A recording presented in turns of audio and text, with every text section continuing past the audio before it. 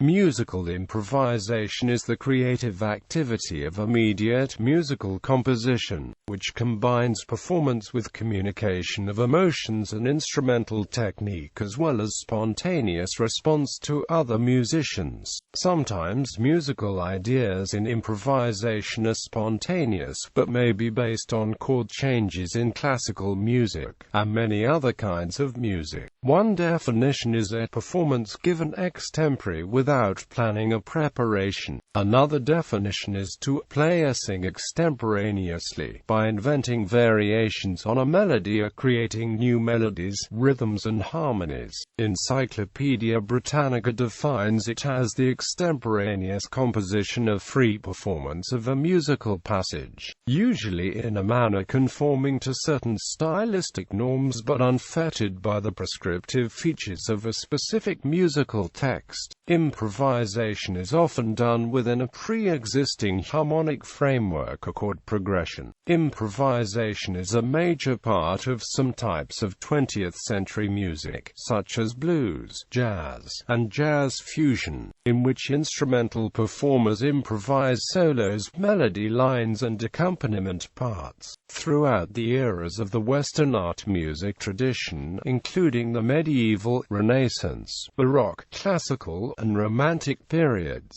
improvisation was a valued skill. J.S. Bach, Handel, Mozart, Beethoven, Chopin, Liszt, and many other famous composers and musicians were known especially for their improvisational skills. Improvisation might have played an important role in the monophonic period. The earliest treatises on polyphony, such as the Musica Enchiriades, indicate that added parts were improvised for centuries before the first notated examples. However, it was only in the 15th century that theorists began making a hard distinction between improvised and written music. Some classical music forms contained sections for improvisation, such as the cadenza in solo concertos, or the preludes to some keyboard suites by Bach and Handel, which consist of elaborations of a progression of chords, which performers are to use as the basis for their improvisation. Handel, Scarlatti, and Bach all belonged to a tradition of solo keyboard improvisation, in which they improvised on the harpsichord or pipe organ. In the Baroque era, performers improvised ornaments and basso continuo keyboard players improvised chord voicings based on figured bass notation. However, in the 20th and early 21st century, as common practice, Western art music performance became institutionalized in symphony orchestras, opera houses and ballets. Improvisation has played a smaller role. At the same time, some contemporary composers from the 20th and 21st century have increasingly included improvisation in the creative work. In Indian classical music, improvisation is a core component and an essential criterion of performances. In Indian, Pakistani, and Bangladeshi classical music, raga is the tonal framework for composition and improvisation. The Encyclopædia Britannica defines a raga as a melodic framework for improvisation and composition.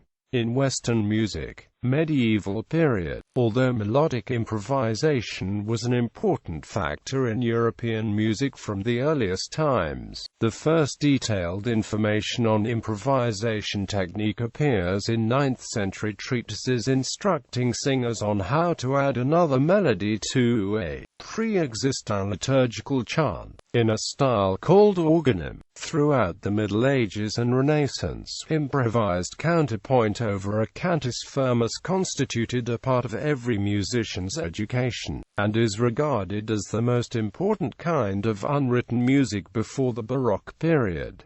Renaissance period. Following the invention of music printing at the beginning of the 16th century, there is more detailed documentation of improvisational practice, in the form of published instruction manuals, mainly in Italy. In addition to improvising counterpoint over a cantus firmus, singers and instrumentalists improvised melodies over ostinato chord patterns, made elaborate embellishments of melodic lines, and invented music extemporaneously without any predetermined schemata. Keyboard players likewise performed extempore, freely formed pieces.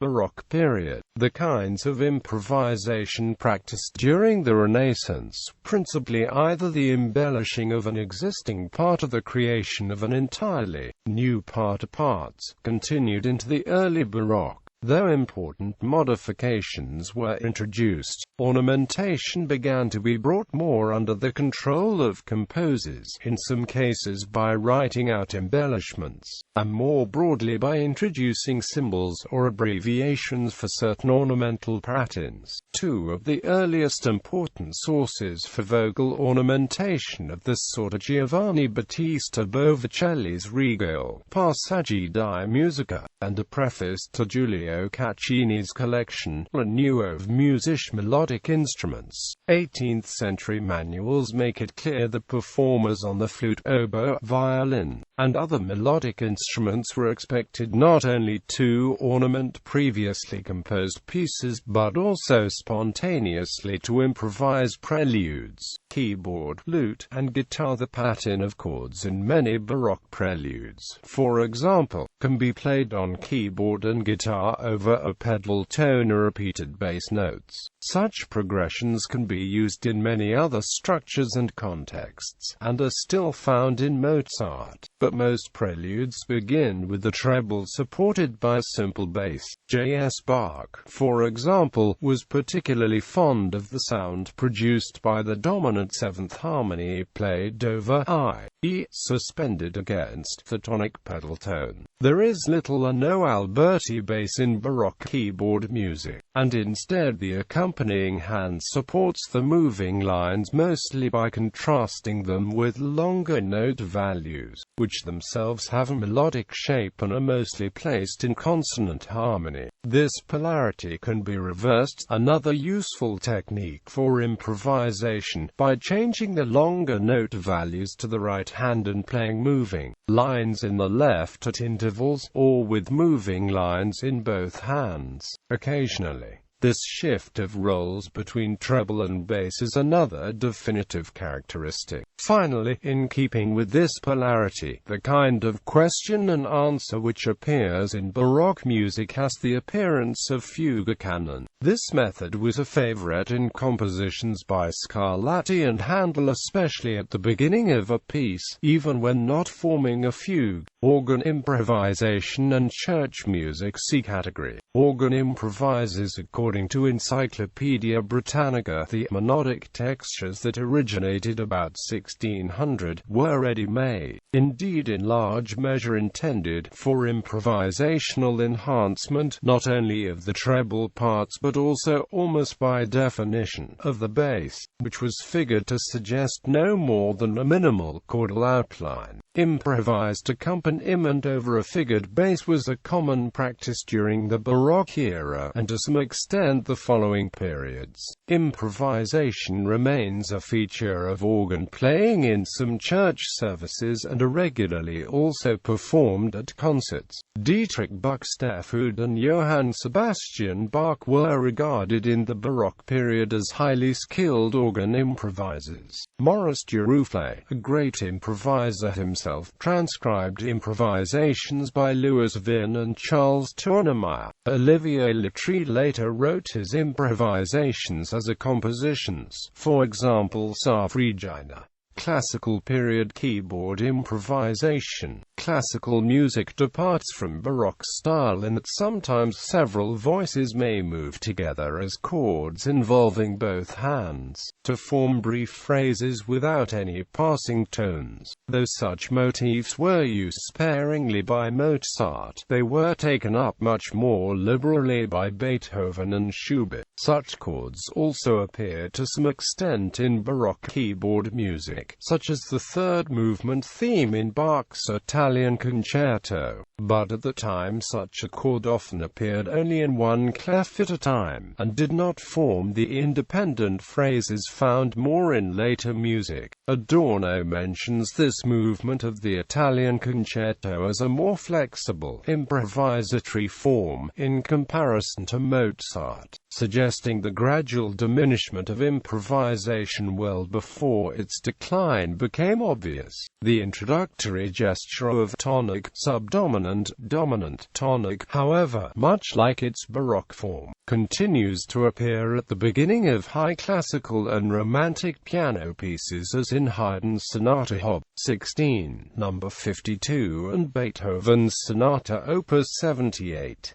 Beethoven and Mozart cultivated mood markings such as con amore, appassionato, cantabile, and espressivo. In fact, it is perhaps because improvisation is spontaneous that it is akin to the communication of love. Mozart and Beethoven. Beethoven and Mozart left excellent examples of what their improvisations were like, in the sets of variations and the sonatas which they published, and in the written-out cadenzas.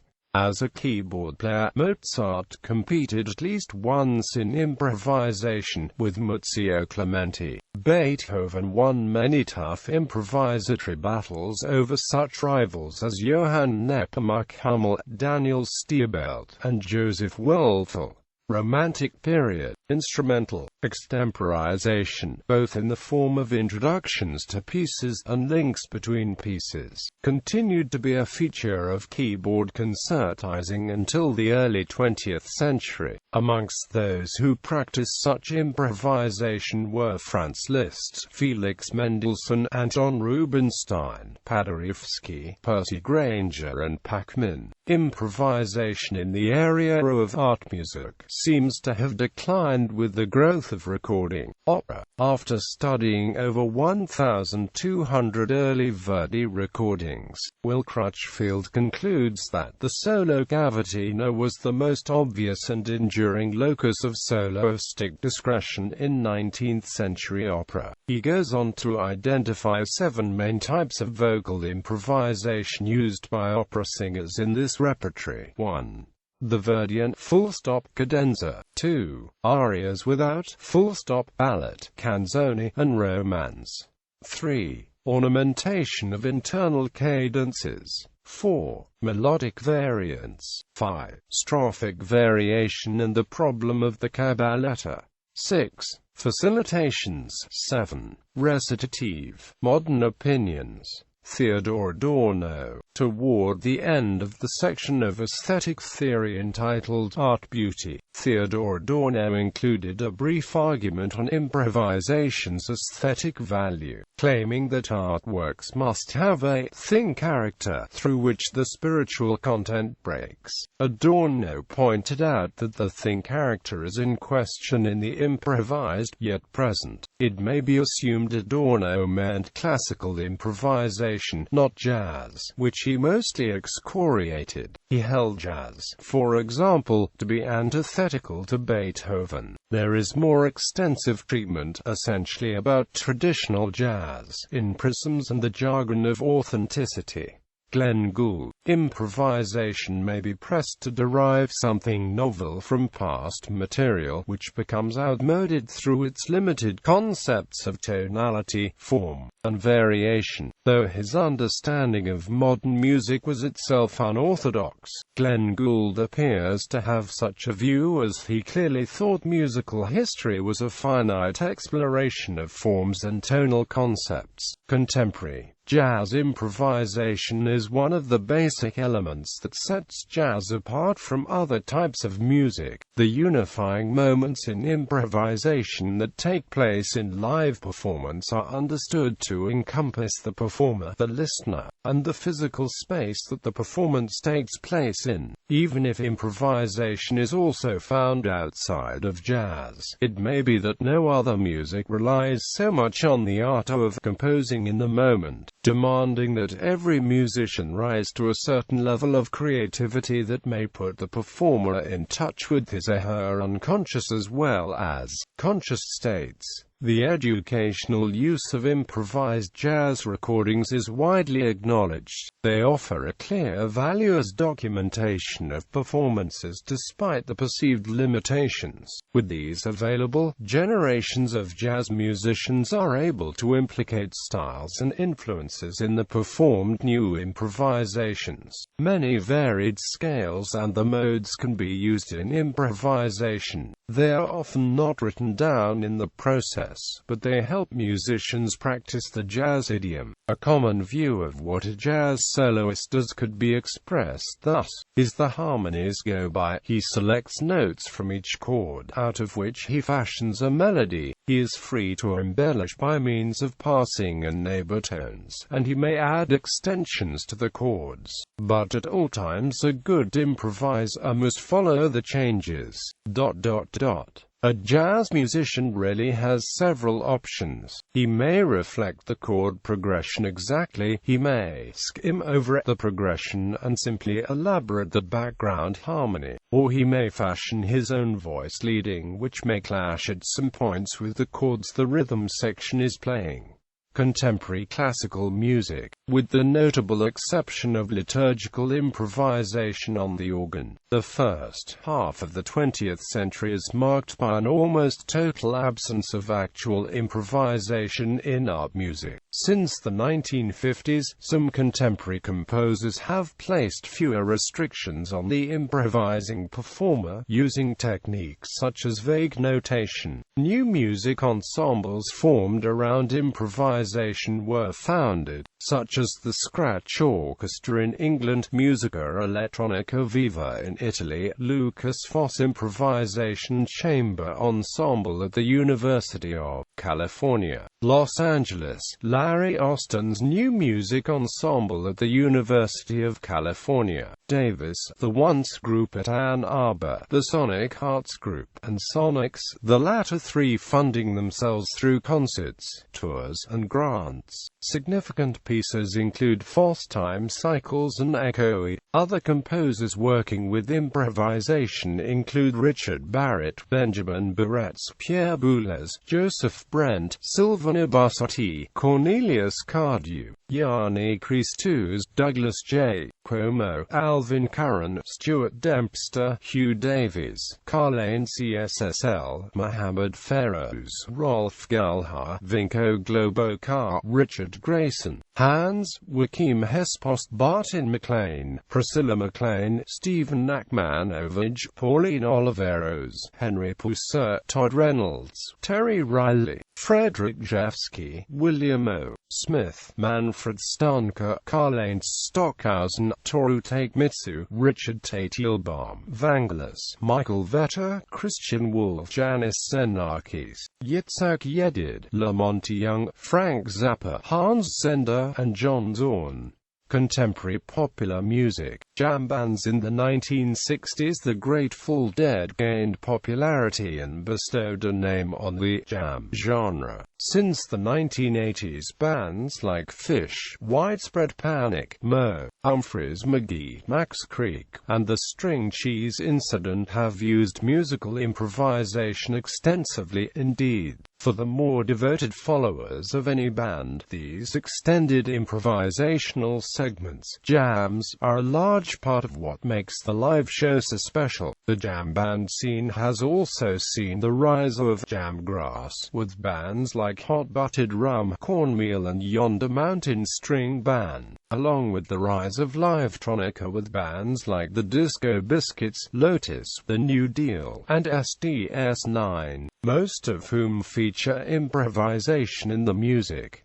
Psychedelic and progressive rock music. British psychedelic rock acts of the 1960s and 1970s used improvisations to express their day's state of mind under the influence of psychedelic drugs in a musical language. Bands like Cream, Pink Floyd, King Crimson, Led Zeppelin, Allman Brothers Band, Grateful Dead, The Doors, Velvet Underground and the Jimi Hendrix Experience have explored musical improvisations into the performances. The progressive rock genre also began exploring improvisation as a musical expression, e.g. Henry Cow, silent film music. In the realm of silent film music performance, there were musicians whose improvised performances accompanying these films has been recognized as exceptional by critics, scholars, and audiences alike. Neil Brand was a composer who also performed improvisationally.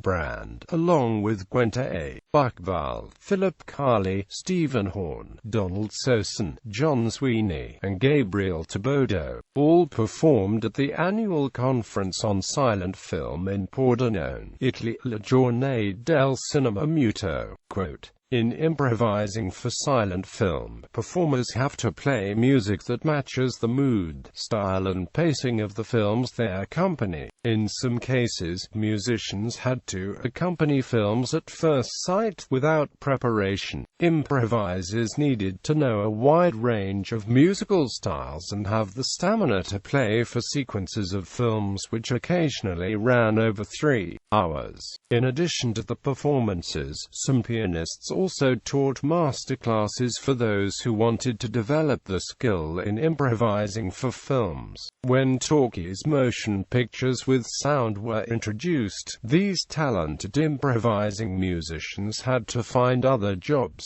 In the 2010s, there are a small number of film societies which present vintage silent films, using live improvising musicians to accompany the film. Venues worldwide. There are many venues dedicated to supporting live improvisation. In Melbourne since 1998, the Make It Up Club has been presenting a weekly concert series dedicated to promoting avant-garde improvised music and sound performance of the highest conceptual and performative standards. The Make It Up Club has become an institution in Australian improvised music and consistently features artists from all over the world. Eastern music. Haraga is one of the melodic modes used in Indian classical music. Joep Bohr of the Rotterdam Conservatory of Music has defined raga as tonal framework for composition and improvisation. Nazir Jizboy, chairman of UCLA's Department of Ethnomusicology, characterized ragas as separated by scale, line of ascent and descent, transients, emphasized notes and register, and intonation and ornaments.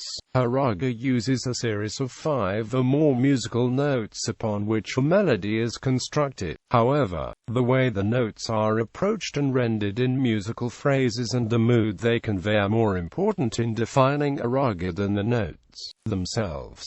In the Indian musical tradition, ragas are associated with different times of the day, or with seasons. Indian classical music is always set in a raga. Non-classical music such as popular Indian film songs and ghazals sometimes use ragas in their compositions. According to the Encyclopædia Britannica, a raga, also spelled raga ragi, in the classical music of India, Bangladesh, and Pakistan, a melodic framework for improvisation and composition. A raga is based on a scale with a given set of notes, a typical order in which they appear in melodies, and characteristic musical motifs. The basic components of a raga can be written down in the form of a scale, by using only these notes, by emphasizing certain degrees of the scale, and by going from note to note in ways characteristic to the raga. The performer sets out to create a mood or atmosphere that is unique to the raga in question. There are several hundred ragas in present use, and thousands are possible in theory. Alapa are improvised melody structures that reveal the musical characteristics of a raga. Quote, Alappa ordinarily constitutes the first section of the performance of a raga, vocal or instrumental. It is accompanied by a drone instrument and often also by a melodic instrument that repeats the soloist's phrases after a lag of a few seconds. The principal portion of alappa is not metric but rhythmically free. In Hindustani music it moves gradually to a section known as jaw, which uses a rhythmic pulse though no tala.